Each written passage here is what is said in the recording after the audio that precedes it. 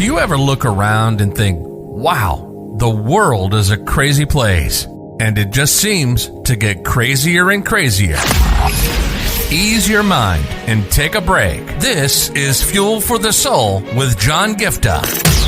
We're a hub for inspirational Christian sermons, practical keys for Christian living, and Christian discussions and interviews. You'll be inspired to live the life that you were created for. Your host is a top-ranking podcaster, best-selling author, world record holder, aerospace engineer, life coach, evangelist, and founder of John Giftah International. Welcome to Fuel for the Soul with John Giftah.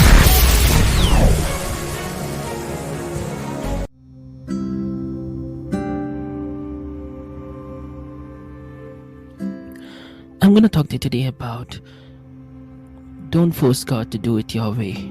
Trust Him to do, knowing that He knows what's best for you.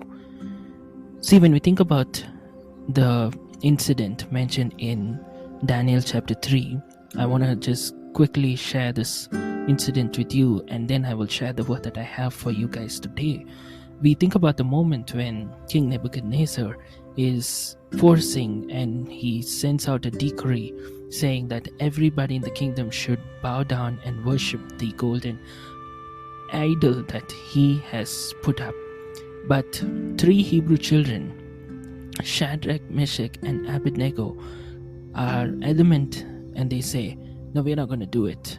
We will worship only the true living God, and we're not going to go against the Lord's command, because it's already mentioned and very clear in the 10 commandments that you shall not have any other God that you worship, and you shall not bow down before any other God or image or whatsoever.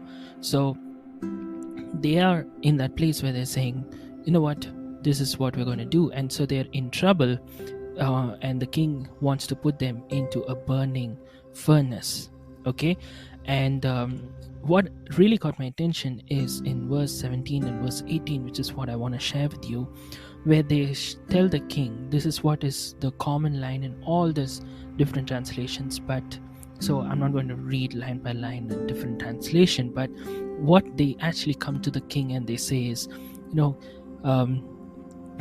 God is able to rescue us from this furnace. And the Message version says, or anything that you come and cook up against us, anything that you do, God is able to rescue us. And the verse 18 is so powerful, where they say, but even if He does not do it, we will still not bow down before anything else. We will only worship the true living God. What really is so amazing about these 3 Hebrew children is this: they were people who had the faith that God was able to rescue them. They knew that God was capable of doing. They did not have any doubt whatsoever about the capabilities of God. They knew that God was almighty. They knew the power that God possessed. They knew that God was bigger and mightier, and He was sovereignly, in a higher dimension in terms of control over the king. They knew all about God. There was no doubt about it. But they did not say, God is going to do it for us. God will do it for us, and we want God to do it. They didn't force God to do it their way. God, this is so important, guys. What they said is, they told about the power of God. They showcased that they had that faith, right? When they said that God is able to do it, they had undeniable faith about it. But they did not force God to do it that way. They said, if God is doing it, great. But even if He does not, it's fine for us.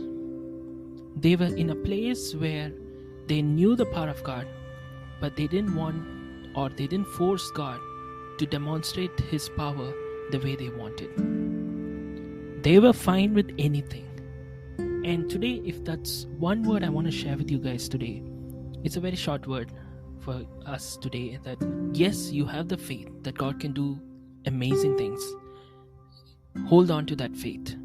Even when you are dealing with some issue in your life, maybe a burning furnace of your own life, where you have to make a decision or anything, you can either be in a place where you have to have that faith, trusting in God, no doubt about it. But don't force God to do it your way. Go to a place of total surrender where you say, God, I know you're able to do this.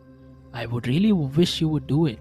I would really love for you to do it. But not my will, but let your will be done. Not my will, but your will be done.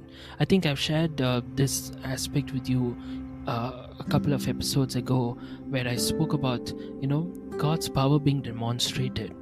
Let it be the way He wants and not the way we want. Like when we talk about the incident when a dead man's body fell on the bones of Prophet Elisha, the dead man came back to life, but he didn't raise Elisha back to life. Elisha's bones carried such resurrection power, but it does not mean that Elisha came back to life. So what we have to do is we have to come to the place of total surrender, where we say, God, I trust you. I have the faith that you can do the impossible. I know that you can do this. I know you will work this out in my life. All of that is true. I have the faith for it. But yet, not my will, but your will be done. I'm not going to force you to do it my way. I'm going to be in a place where I'm going to say, if you want to do it my way, great. But I know what you have is the best. So I surrender myself to you. And when you have that kind of a lifestyle of total surrender, I believe and declare, just like these 3 Hebrew children came out with an amazing testimony, an experience that is so unique and personal, you're going to come out with a story where you can come out and share the testimony for the glory of God, the way He has planned, which will always be the best. You've been listening to Fuel for the Soul with John Giftah. We hope you were blessed and inspired to live the life that God has for you. Make sure to subscribe to the John Giftah YouTube channel for regular uploads of sermons, skits, interviews, and more. Follow John Giftah on Instagram for regular inspirational posts. And don't forget to check out the best-selling books written by John Giftah, Who Am I?, which will help you understand your identity, and the latest #1 bestseller, Unveil Your Purpose, helping you discover your purpose and to start walking in it. Make sure to leave a rating and review, and be sure to share it with your friends and loved ones. If you'd like to donate, you can find the PayPal link in the description. And if you'd like to invite John Giftah to speak at your event or to get more details, go to the website at www.johngiftah.com. See you on the next episode of The Fuel for the Soul with John Giftah. God bless you.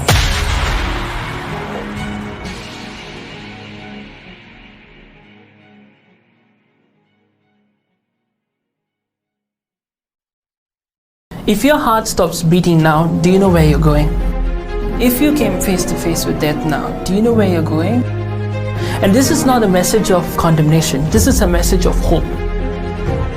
There is a God who loves you so much. He sent His only Son, Jesus Christ, to come down and pay a heavy price by shedding every drop of His blood on the cross. Thank you for dying for my sins. When you believe in Him, you have free gift of salvation for you that assures us that we will go to heaven when we die instead of suffering in hell forever.